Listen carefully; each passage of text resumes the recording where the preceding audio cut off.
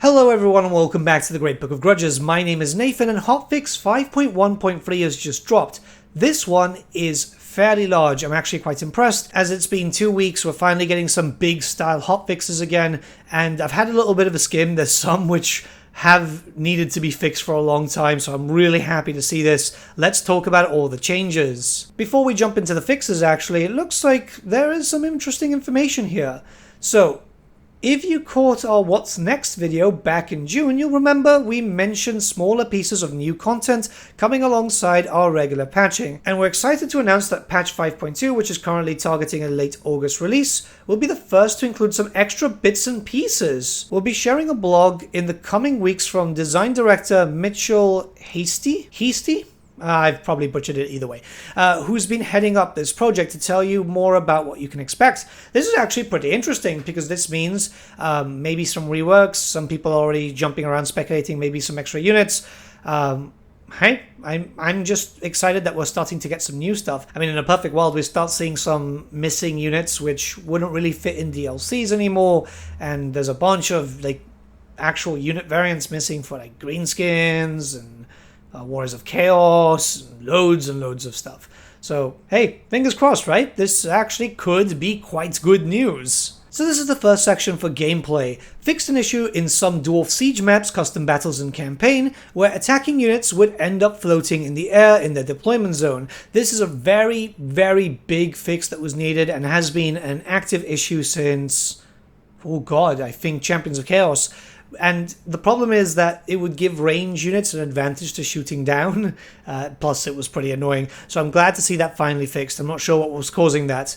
Warlock Engineers now have the passive ability Musk of Fear in their skill tree. Great. The Draftmaster skill used by Nakai's secondary lords now increases the global recruitment capacity. That's fantastic. That's a great addition though. Fix some inconsistencies with Khorne unit recruitment costs. Hopefully that means that they've reduced it a bit.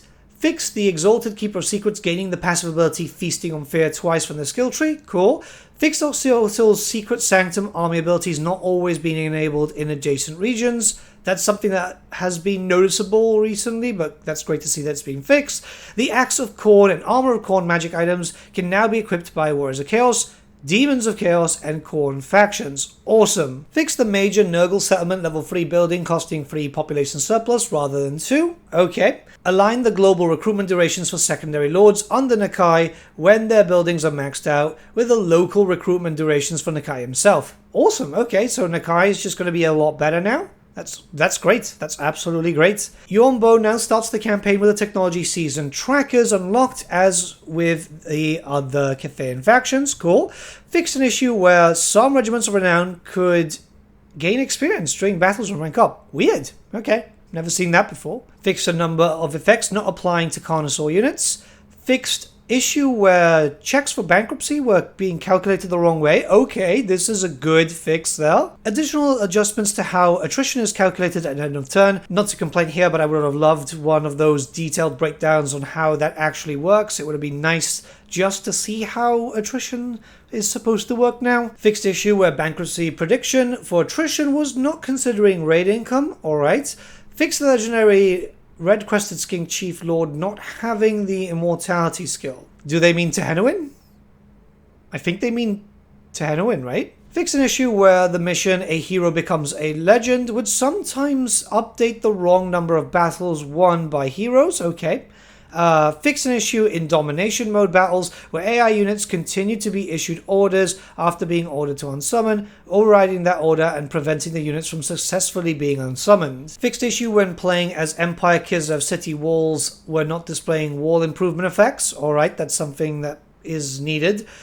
Fixed auto-resolve inaccuracies with how single unit entities, land ships, steam tanks, etc. behave when damaged in the context of auto-resolver. Again, would have been nice to see this go into a lot of detail, especially since single entities are kind of broken when it comes to auto-resolve and then sometimes get really destroyed super quickly. Fix the Empire Captain skill Admired Infantryman applying to Free Company militia units. Demon Prince Lords can now be saved in campaign in order to be loaded into skirmish battles. Sweet. That's actually pretty sweet. Fixed an issue where Malachi McCason long victory condition would not trigger due to a legendary battle not being counted towards the total counts of battles completed. Alright, sweet. The player can no longer lose the Nemesis crown to rebel armies, losing the crown altogether. Funny enough, someone messaged me about this recently, and I had to test it out myself. It's a weird situation. I mean, it kind of makes sense, but then the rebel armies wouldn't really exist anymore. So it's just kind of funny.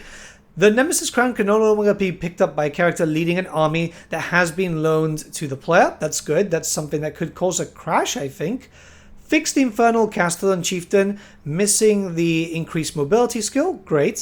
Fixed Temocon's long victory condition, stating it requires 3 chieftain devoted battles when it actually requires 6.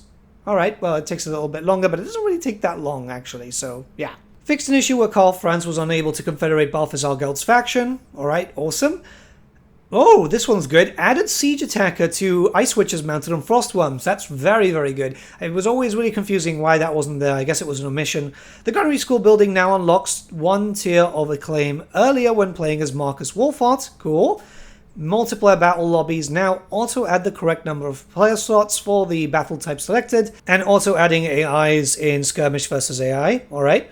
Fixed the weapon profiles for the mount versions of Scourge chariots, and fixed an issue when fighting Fulgrim Grudgebearer quest battle the Axe of Grimnir in the Realm of Chaos campaign would result in the wrong battle type. Alright, so I guess... Oh, right, yeah, because you can get them with Malachi, can't you? But yeah, that's pretty cool. We still have a few more changes here. The Khorne Unholy Manifestation Call of Battle can now be used on armies that are at sea. That's actually quite good if you're moving around into the ocean quite a bit, so that's not too bad. I know a lot of people don't go into the ocean and stuff, but it's always nice to have the option to be able to use that there. Fixed an issue where completing a long campaign victory and gaining an effect that increases Lord recruit rank would not apply when replacing a Lord. Sweet, always good to do that, because some people like to do map takeovers. I am one of those people. Fixed an issue where Wood Elf skills intended to give bonuses to spell singers mounted on eagles while applying to spell singers mounted on unicorns. The Electoral Machination Requisition now fully replenishes the state troop units rather than adding 1 unit, as the pool size can be increased by Karl Franz's unique skill. Great, great. This is awesome.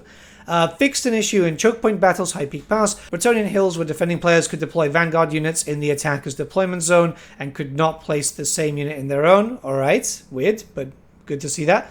To solve this issue, the position of the attacker's guerrilla deployment exclusion zone had to be inverted. Now both sides can correctly deploy their Vanguard units with their respective deployment zones. Interesting. Wonder what led to that. Fixed missing hard collision in Bretonnia River crossing battle map. Great. Fixed some ethereal units not being set to the ethereal ground type. Fixed Marauder recruitment cost reduction from Norscan Iron Resources not applying correctly. Cool. Improved the hard collision around the rocks in the Black Ark map. Used in quest battles and domination battles. Alright. That's, oh yeah, there were some rocks that you could go through. Fixed an issue where barricades would give units a 10% ammunition replenishment each time the unit docked to them. Oh yeah, so they've, yeah, okay, it's about time they got rid of that exploit. I know some people are going to be happy, but it was kind of easy to take advantage of stuff and basically win battles with a very small amount of range units. Fixed Ripidictor mount animation and hitbox being misaligned whilst flying. Yeah, okay, interesting. I mean, that's not too bad. Some pretty good fixes overall right now. There's a bunch of UI changes. There's no point discussing them as they don't really affect the game too much, barring just like fixing a few things here and there. I'm really happy about this though. There's a bunch of things that really have been bothering people, like tooltips not displaying and so on, and displaying the wrong things. This is good to see. This is really good to see. Same thing with graphics and animations, where they've started fixing a lot of stuff, like the Chaos Sword not holding axes, or for some reason a bunch of units not having stumps when dismembered. Now it's being done properly. This is great. This is great. It's nice to see that a lot of attention has been put here. Obviously, Warhammer is their cash cow, so they need to put a lot of attention into it.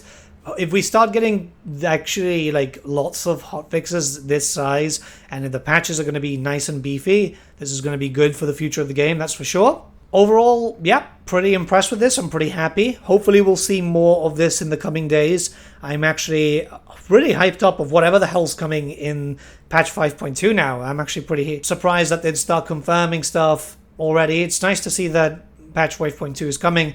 It sucks that it's going to be a late August release, but I guess they're trying to get everything up and running because it has been a while since Thrones of Decay now. But yeah, you know, after all the stuff with the layoffs, they probably needed to find their bearings, so that's understandable. Yeah, this is good. I'm fairly happy about this. I'm actually feeling fairly hopeful. Let's hope that that hope stays and that they prove that hope to be a good thing. Let me know you guys' thoughts in the comments below. The link can be found in the description below, and I'll see you all again very, very soon, guys. Have a great day.